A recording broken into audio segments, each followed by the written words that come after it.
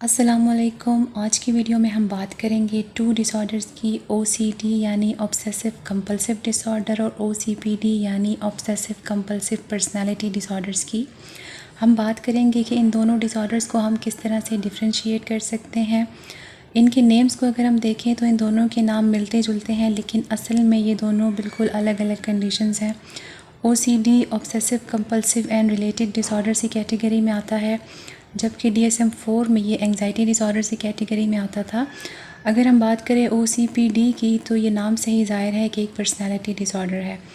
आगे चल के वीडियो में देखते हैं कि वो कौन कौन से करैक्टरिस्टिक्स हैं जो इन दोनों डिसऑर्डर को एक दूसरे से अलग करते हैं। सबसे पहले बात कर लेते हैं ईगो सिंटॉनिक और ईगो डिस्टॉनिक की। जिन लोगों को ऑब्सेसिव कंपल्सिव पर्सनालिटी डिसऑर्डर होता है वो लोग ईगो सिंटॉनिक होते हैं, यानी कि उनको लगता है कि वो बिल्कुल ठीक हैं, उनको किसी किस्म की ट्रीटमेंट की ज़रूरत नहीं है, उनको बदलने की ज़रूरत नहीं है, बल्कि बाकी लोगों को चाहिए कि वो अपने अंदर चेंजेस लेकर आएँ, क्योंकि जो वो कर रहे हैं, जो वो सोच रहे हैं वो तो बिल्कुल सही है। जबकि दूसरी साइड पर अगर ऑब्सेसिव कंपल्सिव डिसऑर्डर यानी OCD को देखें तो OCD वालों को ईगो डिस्टॉनिक कहा जाता है, जो कि ईगो सिंटॉनिक के बिल्कुल ऑपोजिट एक कंडीशन है। यानी OCD वालों को अवेयरनेस होती है कि उनके साथ कोई प्रॉब्लम है, उनके एक्शंस नॉर्मल नहीं हैं और उनकी थॉट्स इरेशनल और अनवांटेड हैं। अब बात कर लेते हैं स्टेट और ट्रेट्स की।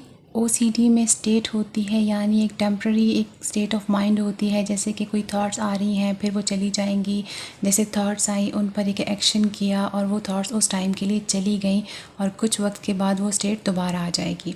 लेकिन OCPD में ट्रेट्स होती हैं जो कि परसिस्टेंटली चली आ रही होती हैं। जिस तरह से हर किसी की डिफरेंट पर्सनैलिटी ट्रेट्स होती हैं, कुछ लोग ऑप्टिमिस्ट होते हैं, कुछ लोग पेसिमिस्ट होते हैं, इसी तरह से ये ट्रेट्स लंबे टाइम से चली आ रही होती हैं और परसिस्टेंटली और स्टेबल रहती हैं।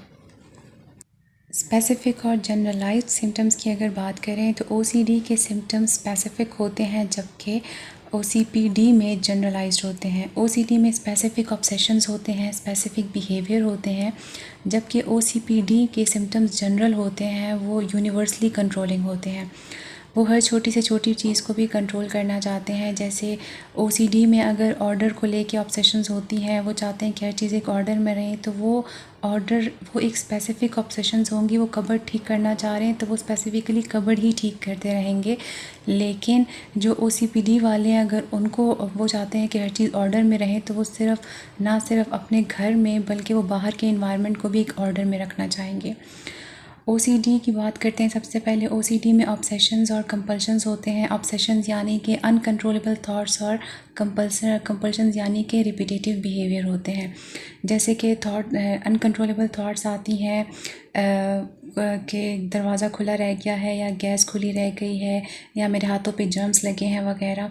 और उन थॉट्स की वजह से एंग्जाइटी होती है और उस एंग्जाइटी को ओवरकम करने के लिए वो लोग रिपीटेटिव बिहेवियर करेंगे, जैसे कि बार बार जाके दरवाज़ा चेक करेंगे या बार बार जाके अपने हाथ धोएंगे।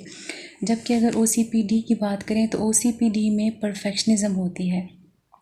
हर काम को लेके उनको परफेक्ट चीज़ चाहिए। जैसे अगर वो कहीं जा रहे हैं शॉपिंग के लिए भी, तो उससे पहले बैठ के वो एक कंप्लीट लिस्ट बनाने लग जाएंगे। एक कंप्लीट और डिटेल और परफेक्ट लिस्ट बनाने की कोशिश में वो बहुत सा टाइम वेस्ट कर देंगे, और जाने से पहले जब तक उनकी वो लिस्ट कंप्लीट नहीं होगी वो जा नहीं सकेंगे।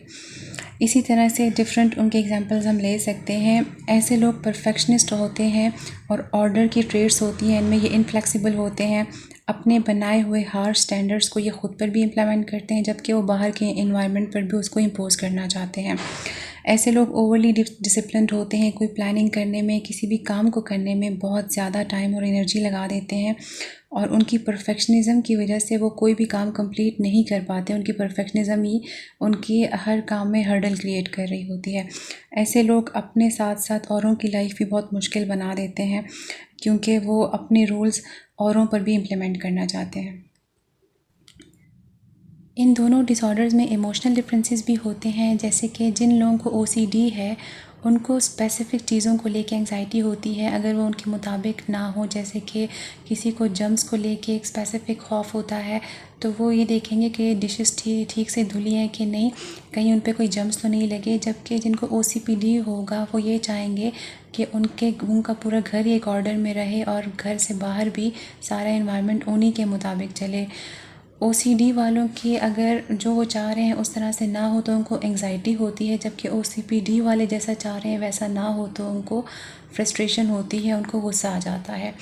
और OCPD वाले यही प्रूव करने लग जाते हैं कि वो बिल्कुल ठीक हैं, वो अगले की बेटरमेंट के लिए ही काम कर रहे हैं, उनके आइडियाज़ अगले के लिए बहुत हेल्पफुल हैं।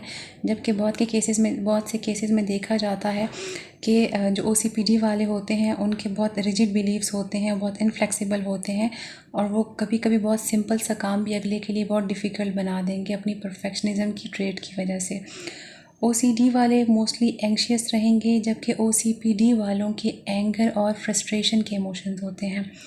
OCPD वाले अपनी और दूसरों की वेलबींग को भी नज़रअंदाज कर देंगे और उनका सारा फोकस जो होता है वो होता है काम पर, प्लानिंग पर, परफेक्शनिज़म पर। जैसे कि OCD वाले हैं उनको एंग्जाइटी होगी, लेकिन जो OCPD वाले हैं उनसे छोटी सी भी गलती हो जाए तो वो उसको बहुत ही बड़ा कंसिडर करेंगे। जैसे अगर किसी से टूथपेस्ट ट्यूब खुली रह गई है तो जिनको OCD है उनको ये फ़ियर होगा स्पेसिफिक केस पे जर्म्स लग गए हैं, जबकि OCPD वाले ये समझेंगे कि ये बहुत ही बड़ा मोरल फेलियर है कि किसी से ये ट्यूब खुली रह गई। आखिर में बात कर लेते हैं इन दोनों डिसऑर्डर के ट्रीटमेंट में भी डिफरेंसेस हैं।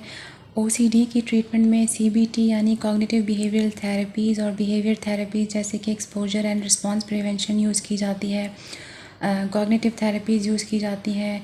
इसके अलावा साइकोथेरेपी के अलावा उनको साइकोट्रॉपिक मेडिकेशंस दी जाती हैं जो कि उनके ट्रीटमेंट में बहुत हेल्पफुल होती हैं। जबकि अगर हम बात करें OCPD की तो OCPD में साइकोथेरेपी को प्राइमरी ट्रीटमेंट कंसिडर किया जाता है, जैसे कि साइकोडायनेमिक साइकोथेरेपी या CBT को प्राइमरी ट्रीटमेंट कंसिडर किया जाता है। इसमें मेडिकेशन को सेकंड ऑप्शन पे रखा जाता है, क्योंकि अगर लग रहा है कि मेडिकेशन की ज़रूरत है तो साइकोथेरेपी के साथ मेडिकेशन दी जा सकती हैं। आज के लिए इतना ही, मज़ीद वीडियोज़ के साथ फिर मिलेंगी। अल्लाह हाफ़िज़।